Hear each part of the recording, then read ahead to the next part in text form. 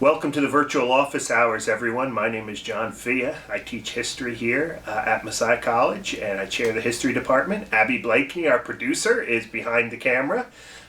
Welcome back, Abby. This is her fourth episode, and this is the fourth episode of the fall 2015 season. We are revisiting an old theme that's near and dear to our hearts here. Was America founded as a Christian nation? Some of you know I wrote a book on that subject, and the second edition of that book is coming out in July. And matter of fact, this week I'm actually working on some of the revisions and some of the additional material that'll be coming out, a new introduction, a new conclusion, which sort of brings the discussion up to date.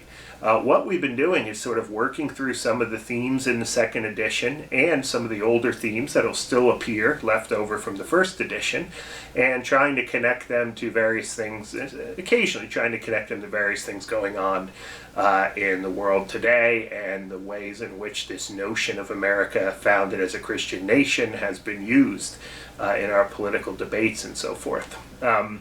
Last week, we began thinking about this idea, which I focus on in the first 4 chapters of the book, that Americans have always understood themselves to be living in a Christian nation. And we sort of took that idea and began moving through American history.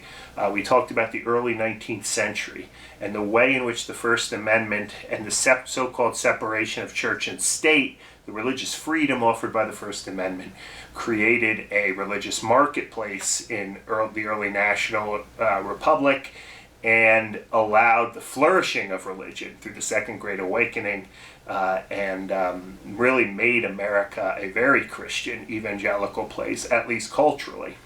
Now we want to keep moving through the 19th century. Today I want to say a few words about the Civil War. And what's fascinating to me about the Civil War as it relates to this question of whether or not America is founded as a Christian nation, or I should say the idea that Americans have always believed themselves to be living in a Christian nation, is that both the North and the South perceived their mission, their efforts, their role in the Civil War as defending the idea that they were a Christian nation. So, for instance, let's take the North, for example. 2 ways in which the North saw themselves as a Christian nation, saw themselves as doing the will of God in the Civil War. One was just simply the defense of the Union. You see this over and over again among ministers and politicians, the idea that somehow the Union, as created in 1789 by the Constitution of the United States, had a sacred quality to it.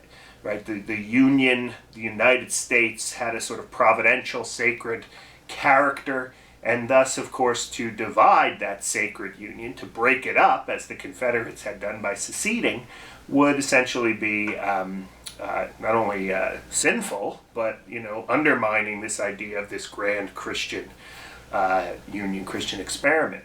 Of course, when people think about the North and them being more Christian, if you will, than the South, the argument that many in the North, of course, would make later on, once the war becomes a war about slavery, it's the idea, well, we're fighting to end slavery. Slavery is a sinful institution. How could anyone who defends the institution of slavery be Christian? We're much more Christian than you are. Now, the South, of course, makes similar arguments, and I'm going to try to find a page here, or maybe I'll just reference it, and we'll get the quote up on the board, or up on the screen. What's fascinating about the South is when they write their Constitution. If you ever go and read the Confederate Constitution, there's a great line in the preamble of the Constitution in which the writers of the Confederate Constitution claim that they are one nation under God, or it should say that they're being protected in some way, or they're appealing in some way to Almighty God. Now, if you read the preamble to the United States Constitution, there's no mention of God in it at all. So we'll put it up on the screen here. And you can read it for yourself. You see the clear reference here to the idea of Almighty God. Now, the Confederates got a lot of mileage out of this, because they had God in their Constitution, when the Northern Constitution, the Union's Constitution, the Constitution of the United States, was essentially godless. There was no mention of God at all in the United States Constitution.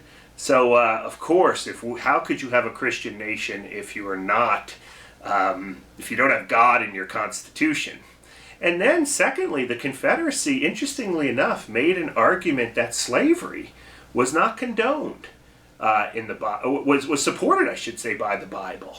That slavery was a perfectly legitimate institution in the Bible, and the very fact that they had slaves and that they Christianized these slaves, and tried to Christianize them. People like Robert Louis Dabney, for example, one of the great Southern theologians, made the argument that for the very fact that we have slavery, that shows that we are abiding by a proper interpretation of the Bible and the will of God. So really interesting dynamics there. Go grab a copy of the book as I develop it, or at least wait for July and for the second edition to look at this. But both the North and the South see themselves as Christian nations, and in some ways this Civil War can be perceived as two competing visions of what it means to be a Christian nation. Thanks for watching. We'll see you next week on the office hours. Have a great week.